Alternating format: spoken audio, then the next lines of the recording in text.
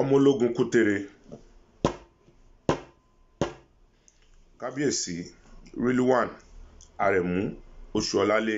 Babátúndé Akínolú, a máa rọ̀ yín lóyè, àárọ̀ yín lóyè,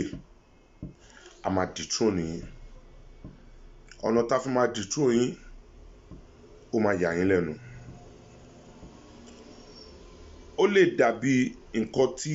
ó máa difficult láti ṣe títorí a lè má lè ṣe legally, ṣùgbọ́n a fi ìṣẹ̀ṣe, a fi orò, a fi lé yín torí ẹ kì í ṣe bàbá tó dáa, ẹ ń ṣe ọba tó dáa, ẹ nífẹ̀ẹ́ àwọn aráàlú yín, ẹ nífẹ̀ẹ́ Èkó, ẹ dẹ̀ nífẹ̀ẹ́ àwọn tí ẹ jọba lé ní orí. Pẹ̀lú gbogbo ohun tó ṣẹlẹ̀, àwọn èèyàn ń wò pé bóyá àgbàlagbà ní pé tẹ́ bá máa fi jáde, ẹ pe àwọn aráàlú, ẹ pe àwọn ìjòyè, ẹ bá wọn sọ̀rọ̀. Ṣùgbọ́n ìwà búburú yín tẹ́ ti burú láti kékeré yẹn ó yí wà lára yín. Ìdí tó fi jẹ́ pé tẹ́ bá lọ mọ́ṣáláṣí ẹ kì í rẹ́rìn, tẹ́ bá lọ sí ibi tó ti ń ṣe ìyàwó ẹ kì í rẹ́rìn, bẹ́ẹ̀ lọ sí ibi tó ti ń ṣe ayẹyẹ ẹ kì í rẹ́rìn, ẹ máa ń lejú ni. Títorí pé ìwà búburú yín ó wà nínú yín láti kékeré. Ibi tẹ́ lọ, tẹ́ ti lọ ṣe Sẹ̀lọ́ Ànánàbírè Karim Bismillah. Ní kẹ́ má ṣe Sẹ̀lọ́ Ànánàbírè Karim, ní kẹ́ má ṣe Bismillah. Ẹ ní àǹfààní láti ṣe ẹ̀sìn tó bá wù yín. Ṣùgbọ́n tẹ́ bá fẹ́ ṣe ẹ̀sìn tó bá wù yín, gbogbo ẹ̀yin ọba tẹ́ máa ní Muslim ní Christian ní tẹ́ máa bá wọn du ipò ọba, tẹ́ máa du ipò ìjòyè. Kò ń ṣe ìdí ìṣẹ̀ṣe ló yẹ kẹ́ ti máa bá wọn du ọba. Tó bá yẹ pé Muslim ní tẹ̀dẹ̀ pera yín Christian, ẹ lọ sí mọ́ṣáláṣí àti church, ẹ lọ máa bá wọn du oyè reverend àbí kẹ́ máa du ladani, kẹ́ máa du chief imam, kẹ́ máa du seriki. Àbòsílẹ̀ ṣe ń bi tẹ́ ti lọ ń ṣe Sẹ̀lọ́ Ànánàbírè Karim because ẹ mọ̀ pé nǹkan tẹ́ fẹ́ sọ nǹkan ète ni. Tó bá jẹ́ pé ẹ ríran láti rí àwọn tẹ́ dúró síwájú wọn bó ṣe ń yín mú lé yín lórí pé kí ni Rilwan ń sọ,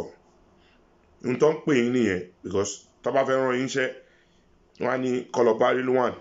ẹ̀yin ni wọ́n máa ń tì sáwọn ará Èkó. Ìdí tó ṣe réètì gbogbo àwọn ọba tó wà létí ọ̀sà tí wọ́n regard wọn, wọ́n cherish wọn, wọ́n respect wọn jù yín lọ nìyẹn. Nítorí pé wọ́n mọ̀ pé ọba ẹlẹ́gùnjẹ ni yín, ìwà ọlọ́pàá yẹn kò kúrò nínú yín. Àwọn èèyàn dẹ̀ ń bẹ̀rù yín torí pé ẹ ti kó wọn láyà jẹ. Ṣùgbọ́n ṣe láwa á sọ fún yín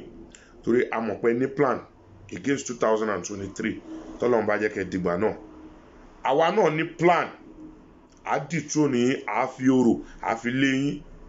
Tẹ́ bá jáde àbí táwọn ọmọ yín kọ̀ọ̀kan jáde tí wọ́n wá dá sí, tẹ́ wá dá sí ọ̀rọ̀ politics. Torí ọ̀rọ̀ politics lẹ́ lọ ń sọ níbi tẹ́ ti ń sọ pé Sanwó-Olú dash yín lówó, is not about sharing money, is not about ẹ̀yin lẹ́ advice àwọn politician. Ẹ̀yin tó yẹ pọ́lọ́pàá ni yín, ẹ̀yin tó ó jẹ́ kó tù dí yín, kó tù dí yín. Ìgbà tẹ àwọn létẹ ní Dolphin Estate àti létẹ ní Berkeley àbí Arárọ̀mí, ilé tí ẹ gbé fún First Bank tí Raw Materials and Research Development kìíní tó wà, ó yẹ kó tù dí yín. Ṣé sálárì yín nídìí ọlọ́pàá lẹ́tí àkwáyà owó tí ẹ fi kó àwọn kìíní yẹn jọ kẹ́tó jọba? Ẹ̀yin dúró ẹ̀ advice àwọn politician pé it's not about sharing money. Ẹ wá ní Sanwó-Olú ó fún yín ní owó ẹ̀mẹ́ta nínú ọdún kan ló ti fún yín lówó. Ẹ ń ṣe bàbá tó dáa. Ẹ jẹ́ calculate fún yín tí Sanwó-Olú bá rí yín lẹ́ẹ̀mẹ́ta lọ́dún tó dẹ̀ máa ṣọdún mẹ́rin, that means pé tó bá fojú rí yín ní inú ọdún mẹ́rin yẹn 12 times lórí yín tó máa fún yín ní owó. Owó tó dẹ̀ máa fún yín ò kì í ṣe owó kékeré, tẹ́ ló dash yín lówó ni, ó dash yín lówó ẹgbàá. Tẹ́yin bá jẹ́ bàbá tó dáa, ó yẹ kẹ́yin sọ pé Jídé fowó lẹ̀ o, má fún mi lówó, ìyà ń jẹ àwọn èèyàn lÉkòó, àwọn boys in riot wọ́n ń para wọn, àwọn ará àdúgbò wọn ò rí omi, àwọn ará àdúgbò wọn ò rí iná, àwọn tí ilé jákujàku tí wọ́n kọ́ s'Èkó tí gọ́tà gba àárín ẹ̀ kọjá tí drainage ń yọ gbogbo wọn lẹ́nu láwọn ilé tó ti bí yín, ibẹ̀ náà lẹ́tún jọba sí ojú òde tì yín, ilé gbogbo ilé ń wó, àwọn developer náà wọ́n wá ń kọ́ ilé jákujàku, kò sí appropriate kí lórúkọ ẹ̀ physical and town planning kò sí in place, wọ́n kàn kọ́lé lọ jákujàku. Ìdí tó dẹ̀ ṣe ń kọ́lé yẹn lọ bèrè, àwọn èèyàn ń bẹ̀rù yín pé tó bá tètè kọ ẹ lè gbà lọ́wọ́ wọn gbogbo ohun tó ń sọ ni mò ń sọ fún yín yẹn ìdí tẹ́ rí pé àwọn developer ń sáré kọ́lé wọn kọjákujáku sínú Èkó kò sí development gidi níbi tẹ́yìn ìjọba sí ẹ wá ló dà sí yín lówó owó tó dà sí yín yẹn tẹ́ bá sọ pé Jídé Musapo Sanwó-Olú máa bọ̀ ìyà ń jẹ àwọn ará Èkó owó yẹn kẹ́yìn wá kó kẹ́ fi wá àwọn èèyàn tó máa gbá ilẹ̀ kẹ́ máa fi san sálárì fún wọn but ẹ̀yin gbà ẹ kó sápò ni wọ́n ń sọ̀rọ̀ pa àṣẹ wọ́n sọ̀rọ̀ ń pa owó tó bá nínú pósí gbogbo owó tẹ́ tọ́jú owó tẹ́ ti ń gba bribe tẹ́ ti ń gbà láti gbà tẹ́ wà ń Kogi ẹ wá kó gbogbo yẹn kó sílé àwọn ọmọ tẹ́bi ń pa wọn wá gbé pósí ẹ rí pé wọ́n sọ̀rọ̀ lórí ẹ̀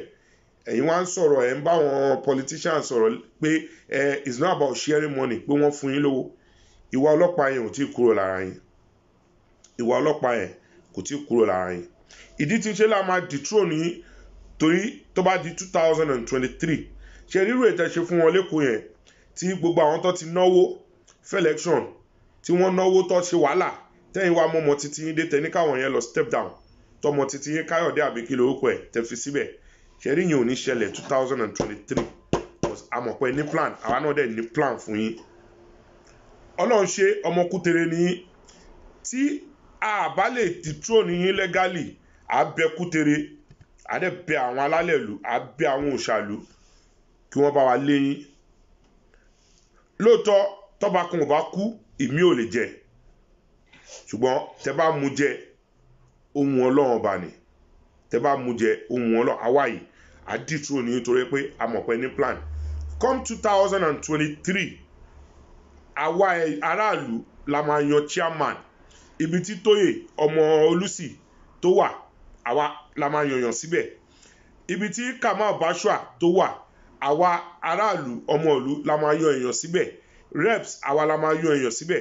senate àwa la máa yọ èèyàn síbẹ̀ ìyẹn àwọn senators àwa la máa yọ wọ́n tẹ́ bá já sí tí kọ̀ọ̀kan nu yín bá jáde táwọn ọmọ yín kọ̀ọ̀kan tá bá rí orúkọ wọn á fa wàhálà so tẹ́ bá ní army kẹ́ lọ máa prepare tẹ́ bá ní ọlọ́pàá kẹ́ lọ máa prepare bó ṣe civil defence ni ẹ lọ máa prepare gbogbo wọn torí à ń dúró de gbogbo yín by 2023 ẹ wojú èmi o kò sí police station tẹ́mi ò tí ì sùn lẹ́kọ̀ọ́ mo ti sùn central mo sùn lion building mo sùn Kamselem mo sùn Nìkan police station so tó bá yẹ pé Kàfàǹṣà lẹ fẹ́ gbé mi lọ ẹ lọ máa prepare 2023 ààrẹ nìyí torí amọ̀pẹ́ ní plan tó yẹ kẹ́ lọ dúró kẹ́ lọ bá wọn tẹ́ ń bá sọ̀rọ̀ tẹ́ kójọ kẹ́ bá wọn sọ̀rọ̀ bí ìlú ò ṣe da bí ilé ṣe rí jákujàku tí ilé ń wó tí gbogbo ọ̀nà ò da tí gọ́tà gba àárín ilé àwọn èèyàn kò sí drainage kò sí kankan ẹ̀yin wá dúró ẹ̀ sọ pé it's not about sharing money wọ́n dàṣí lówó ṣó yẹ kó dàṣí adúrú yín lówó kẹgbà ládúró owó tẹ́ ti ní ládúró gbogbo nǹkan tí ó bá sí pé olè ọ̀kánjúà ọbẹ̀ èkó ìgà tẹ́wà yẹn ẹ̀yin kọ́ lẹ ní aráàlú ló ní ìgà ẹ̀yin kọ́ lẹ ní ẹ̀kọ́ lè má túnṣe kẹ́ máa renovate ẹ̀ tí ọba mi fi máa dé ṣe rí tí ọba mi that is tẹ́ bá wọ àjà